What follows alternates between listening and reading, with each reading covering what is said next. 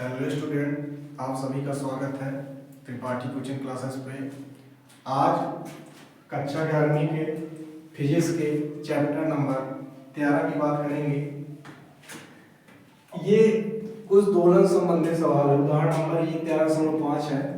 इसमें दिया है कि कोई निम्नलिखित समीकरण के अनुसार सरल आवर्त गति से दोलन करता है। उसका विस्थापन दिया है। x क्या है? विस्थापन दिया है 5.0 मीटर cos पाई 2 पाई रेडियन प्रति सेकंड प्लस पाई/4 क्या होगा? इधर प्रारंभिक कला यानी वो पहले से ही उसकी प्रारंभिक कला कितनी है? पाई/4। तो हमको t बराबर 1.5 सेकंड पर पिंड का विस्थापन ज्ञात करेंगे, वेग ज्ञात करेंगे, त्वरण ज्ञात करेंगे। चलिए शुरू करते हैं। विस्थापन का दोलन में क्या होता है? फॉर्मूला x बराबर a cos omega t plus का प्रारंभिक कला भी दिया है तो 5 हो जाएगा। अब तुलना करें इधर से a cos ये a का मान यानी कितना है? a क्या इधर आया यानी a का मान कितना है? 5 cos ओमेगा का मान कितना है?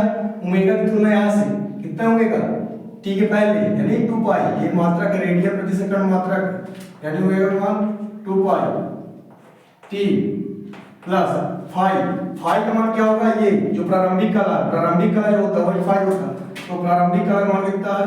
पाई/4।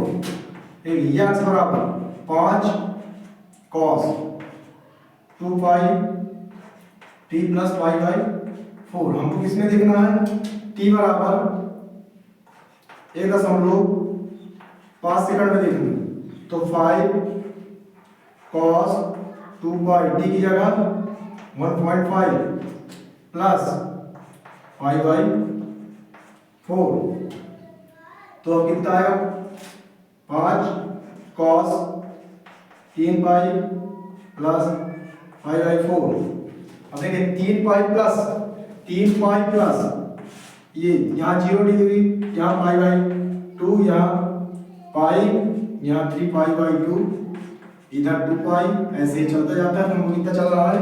3 पाई यानी 3 पाई 2 पाई ये और 1 पाई ये यानी ये 3 पाई चल रही। और क्या कितना चला? प्लस माइनस नहीं प्लस में चल रहा है पाई/4 और इधर कहीं चल रहा है, ये इधर चल रहा है। तो cos किसमें होता है? First quadrant, second quadrant, third quadrant में cos क्या होता है? माइनस होता है। ठीक है। और प्लस पाई/4। तो cos पाई/4 की वैल्यू कितनी होती है? 1/√2। तो लेकिन क्या थर्ड में है तो माइनस 1/√2। तो इसका आंसर कितना आ जाएगा? इसका कितना विस्थापन हुआ? 5/√2। अब विस्थापन का मात्रा किसमें होता है? Metre centimetre. तो किसमें दिया? मीटर में, यानी उसका कितना विस्थापन आया? -5/√2। इसी तरह वेग में दोलन के लिए वेग का क्या होता है समीकरण? देखिएगा, वेग v बराबर a माइनस का a omega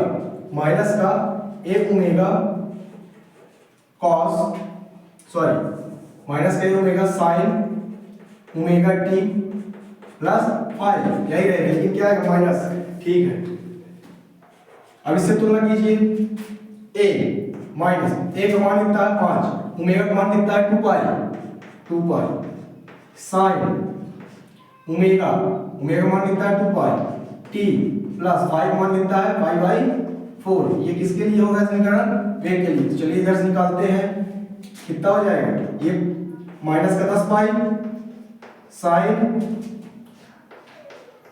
2 pi t plus पाई/4। कितने देखना है? 1.5 सेकंड में। तो t बराबर 1.5 सेकंड में देखना है। t की जगह 1.5 रख दीजिए। तो माइनस का 10 पाई साइन 2 पाई 1.5 प्लस पाई/4। देखिए इधर माइनस का 10 पाई साइन 3 पाई प्लस पाई/4 माइनस का 10 पाई। अब इधर sine 3 pi 3 pi plus pi by 4, वही condition. Sine 3 pi plus pi by 4 में क्या होता है, अगर 3 पाई से कुछ कम रहता है तो ये क्या होता है प्लस, लेकिन थर्ड क्वाड्रेंट में साइन क्या रहता है माइनस, तो माइनस। और पाई बाई 4 का मान कितना होता है 1/2। इधर देखिए माइनस माइनस प्लस, तो 10 पाई रूट 2 क्या है वेग। वेग का मात्रक क्या होता है मीटर प्रति सेकंड। ये दूसरा आंसर आ गया अपने पास, ये पहला आंसर था। अब तीसरा आंसर चलते हैं। तो त्वरण के लिए क्या होता है, त्वरण के लिए होता है a बराबर माइनस का a omega square, omega square cos omega T plus 5। चलिए वही इसका मान कितना है 5 है, ठीक है। ओमेगा स्क्वायर, ओमेगा का मान कितना है 2 पाई, 2 पाई को स्क्वायर कर दीजिए, ठीक है। कॉस कॉस ओमेगा, ओमेगा का मान कितना है 2 पाई टी प्लस 5, पाई का मान कितना है पाई बाई 4। अब देखिए इधर माइनस का 5 इसका स्क्वायर, दो दूनी 4 और पाई का स्क्वायर, फिर cos 2 pi plus 2 pi T plus pi by 4 ये हो गया। फिर त्वरण a बराबर देखिए 5 और 20, देखिए माइनस का 20 pi square cos 2 pi T plus pi by 4।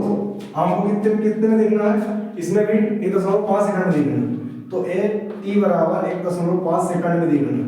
तो माइनस का 20 पाई स्क्वायर कॉस